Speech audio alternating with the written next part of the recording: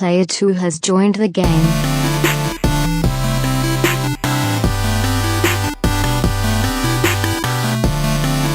Hey, yo, what's up, everybody, and welcome to episode 85 of the Two-Player Co-op Podcast. As always, I'm one of your hosts here, Kevin, along with my brother from my mother, Sean. How we doing? Better than we were 30 seconds ago. Much better. Hey, if you're seeing us for the first time, this is the Two-Player Co-op Podcast. What we do is we get together on a weekly basis. We discuss what we've been playing. We BS about a whole bunch of stuff. We go through the news that we think you need to know about and the news that matters to us, and then we play a game at the end. It's your weekly video game podcast from the guys here at Two-Player Co-op. Thank you so much for being here. If it's the first time you're seeing this and you like what you see, hit that subscribe button, hit the like button, or if you're watching us for like the 100th, it couldn't be the 100th time. Well, it could be with all the different videos. Well, yeah. For the 85th time or the 8 whatever. And you haven't subscribed yet, go ahead and hit that subscribe button. Hit the like button if you like what you see. Share the video with your friends. Thank you guys so much for being here. Let's get it started. How are you? So you're good. You said you're good.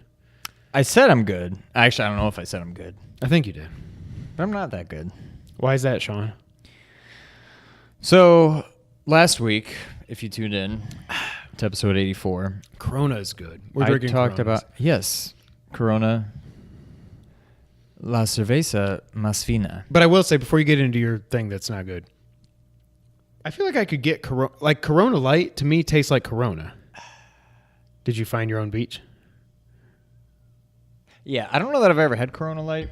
I've had it many times, much but different than this. I mean, you just put you put the lime in the coconut. So here's the thing. Right. Nothing new here because we just had this conversation before we went on air. But here's the thing about Corona. Oh, I didn't rip this thing off. Not a big fan, as you probably know by now, unless this is your first time.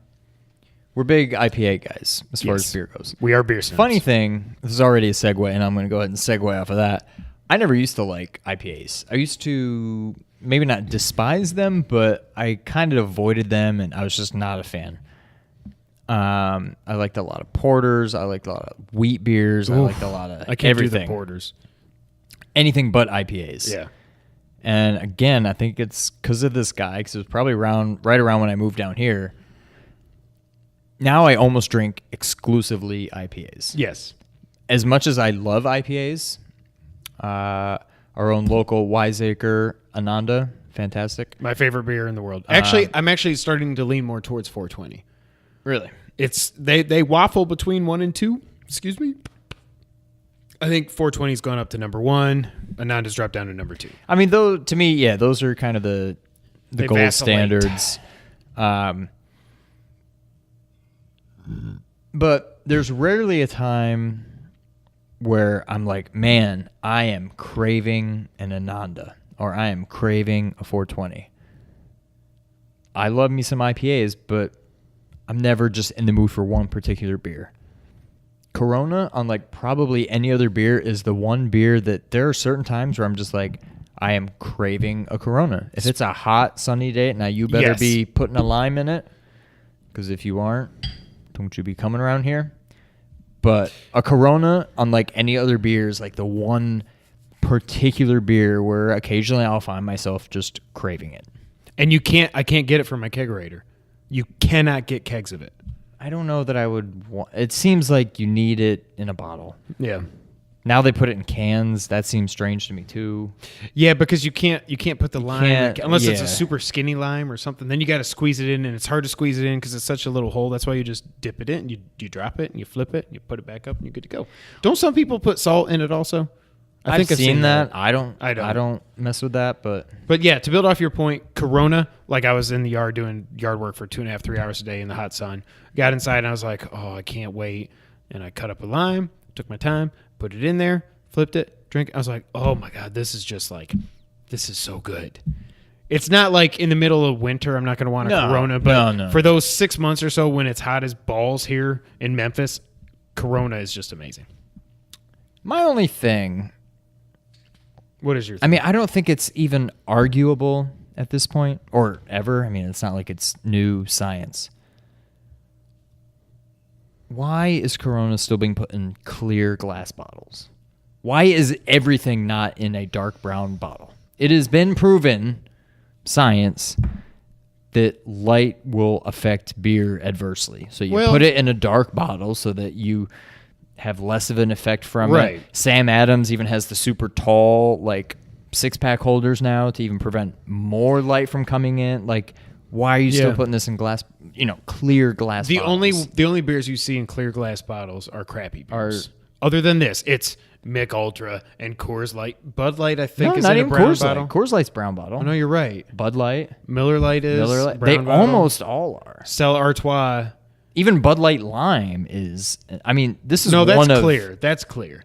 Oh no, yeah, you are. It's right. like You got are the right. twist Yeah. and stuff. Maybe it's just a summer. Maybe it's like a marketing thing. Yeah. Maybe I don't know. I think this. When you look in there and you see the lime, like I think it is part of the package. For I think it's it. It's I probably can't just speak a for other marketing beers. thing. Yeah. But yeah, I don't know. That's always annoyed me. But anyway. So you're having a bad time? What's the matter? Oh yeah. So last week I mentioned Yes. I was going to start working on the man cave. The Cave of Men. Things moved pretty quick. We taped the walls on Sunday. Did we record last Saturday? Sunday. You taped on Monday. No, you taped when you went home Sunday because you sent me a picture at like 11:30 or something. No, we painted late. Are you sure we didn't record that's what last it was. Saturday? No, it was Sunday. Because we were talking about it was during Game of Thrones. Oh, that's And I was right. like, I thought it was at 9. You said, no, it's at 8. No, we recorded on Sunday. So maybe I painted before we came over. That's what it was. I know. I taped before I came over. We've since painted. We this will lead into another story later that I'll let him tell. But we brought in some new furniture. Furniture. We painted the screen. I got my projector, hooked that up. Framed in the screen, put a shelf up for the projector, lots of stuff happening. All in all, it probably went fairly smoothly, but I was just ready to throw like a hammer through my window today. So Today? So most of it went pretty smooth. One thing I learned about projectors, which is the pièce de résistance of the man cave. If you're putting a projector up high, let this be known to anybody out there interested in getting a projector, unless this is common knowledge and somehow I missed out on it. I didn't know this. If you're going to put a projector up high, it needs to be mounted on the ceiling upside down.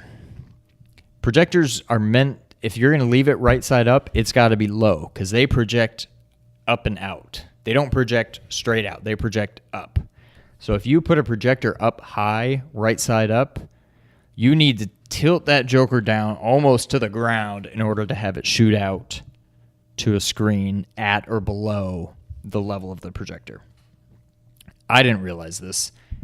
So as of right now, I have a projector that's back legs are fully extended up on a few furniture pads. It looks like it's pointing down to the ground. But it's perfectly placed. It is funny. So I think eventually I will mount that to the ceiling, but Mount up.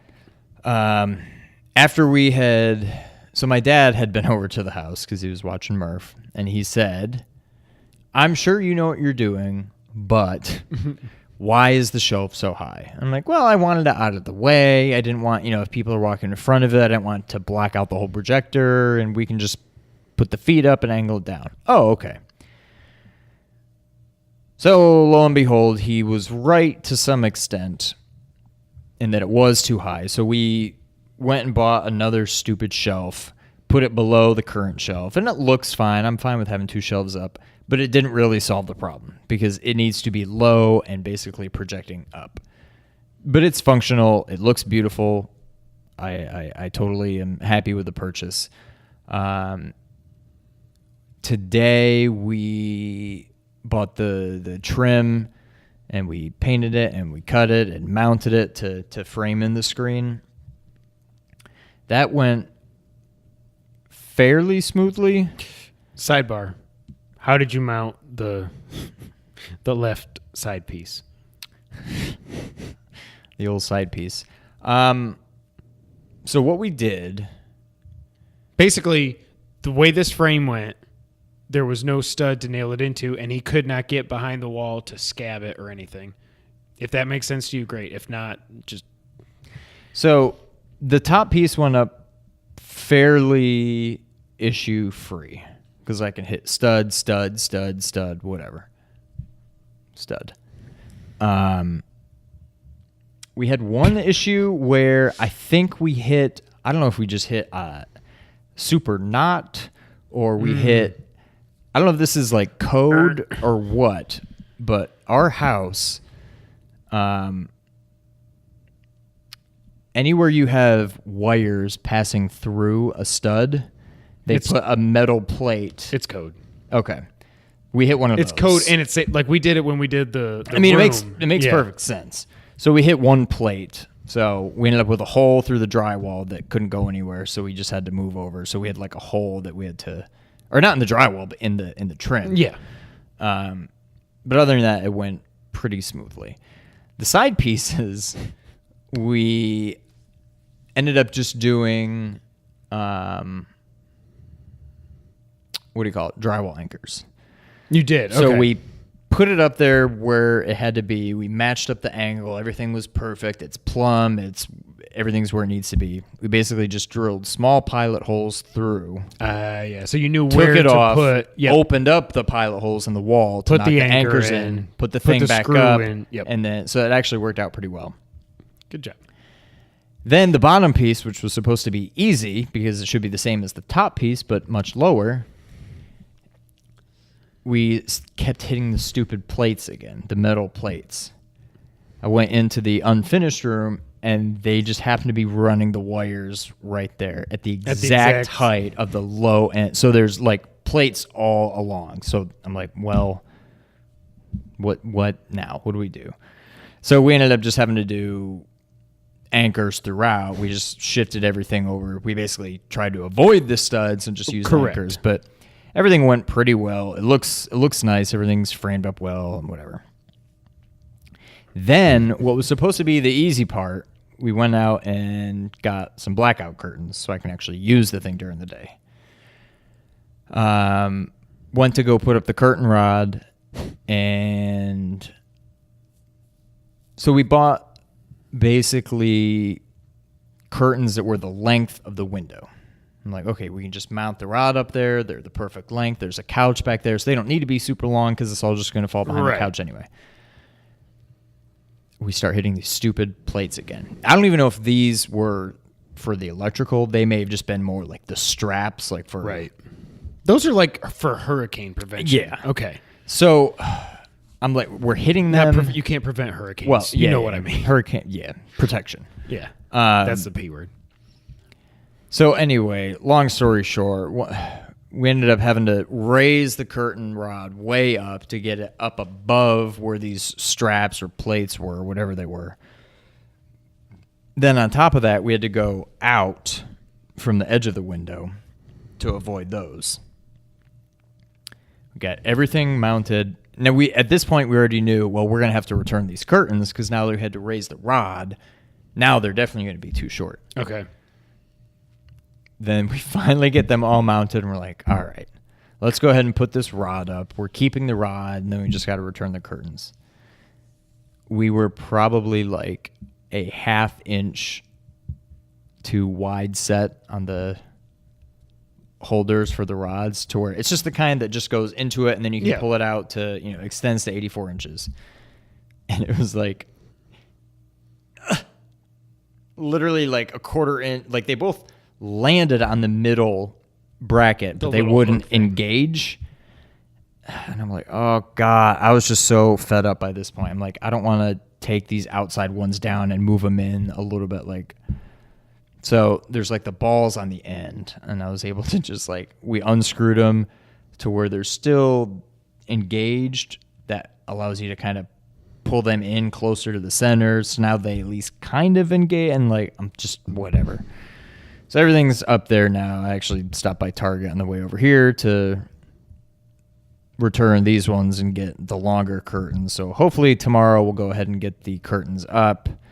And then for the time being, the man cave will be done. I got wires everywhere that I want to clean up eventually, but projector's up. It is functional. Screen looks good. It's beautiful. I'm totally happy with it, but I'm just sick of messing with it. And I can't wait to just get these curtains up and then just be able to relax and enjoy it for a little bit before we turn around and end up mounting it to the ceiling and opening up a whole new can of worms with that. That will be a can. Yeah.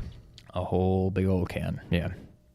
But yeah, that's literally, I feel like that's all I've done for the last week. Just kidding. It is not. Oh, okay. So Thursday night, no.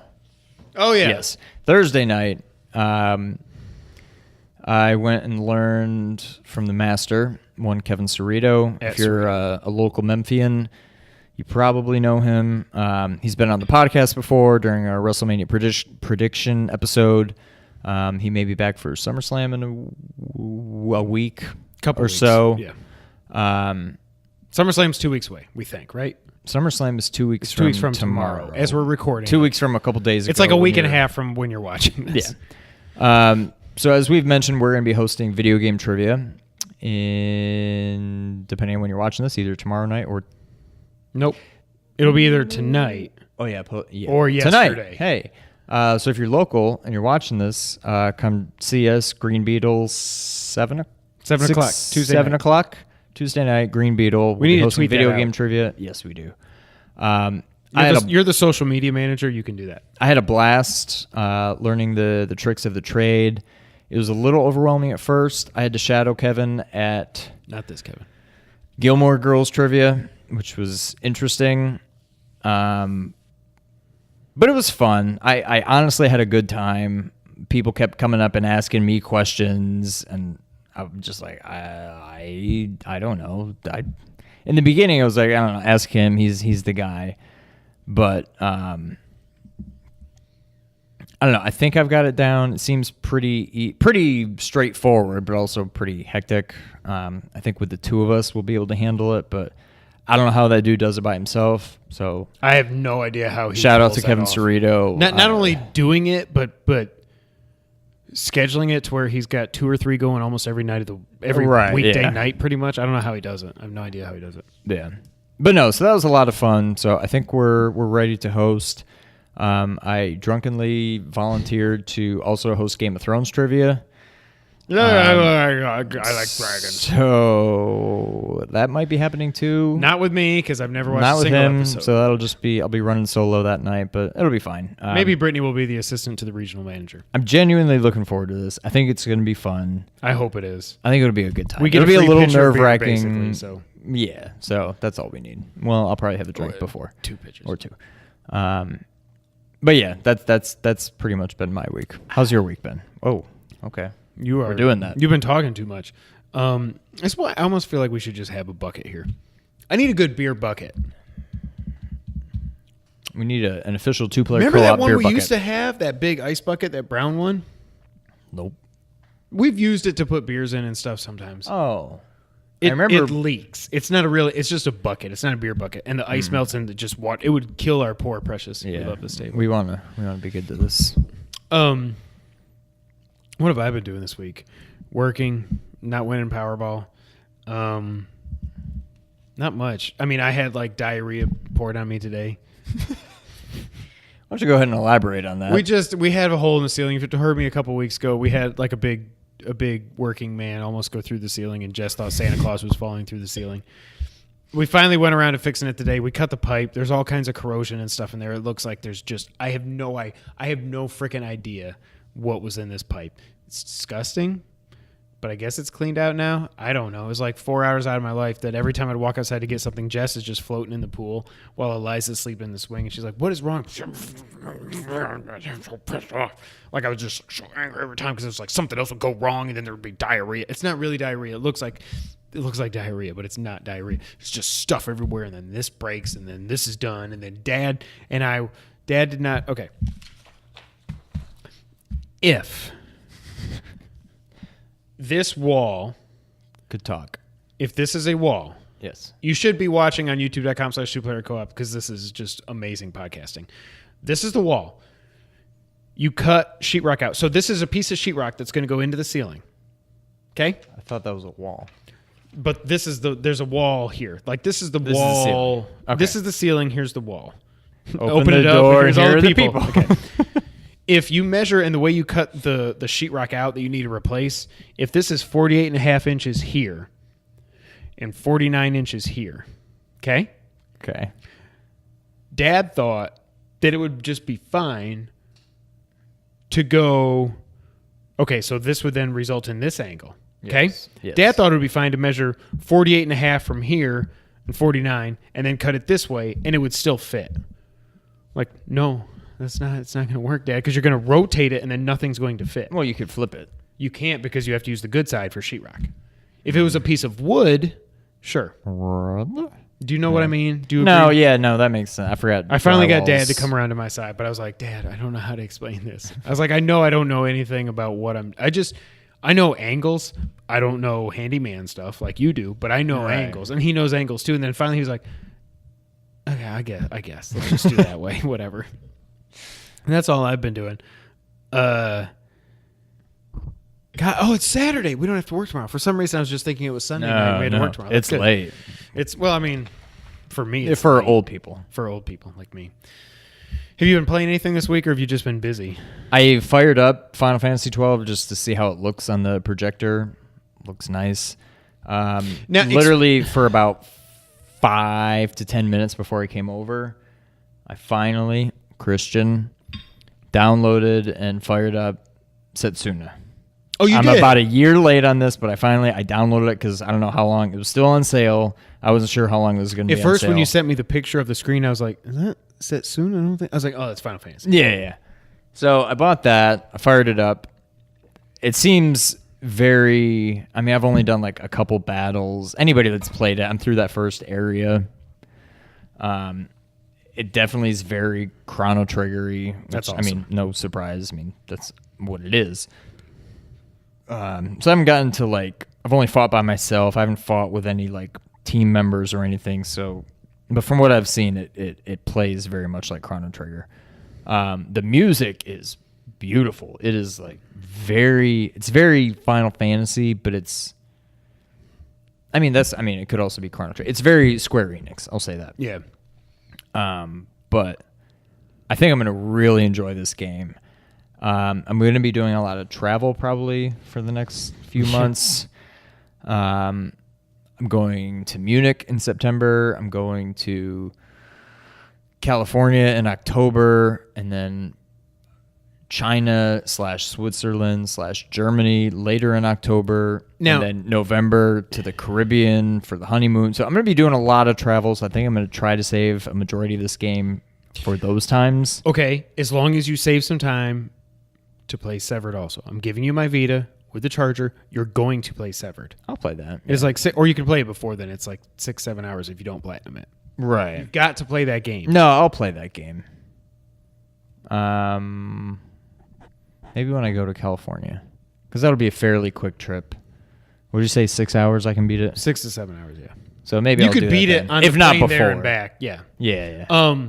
When you're going all this international stuff, I don't remember if I asked already. Is that all one like continuous like here to here to here? The to international here, and back stuff to will be. America. Okay. California will be one trip out and back, Yeah. and then probably soon after that will be from here to China to Switzerland to Germany and back. Are you even going to have time to see anything in these places, or are you at each place for like a day or two?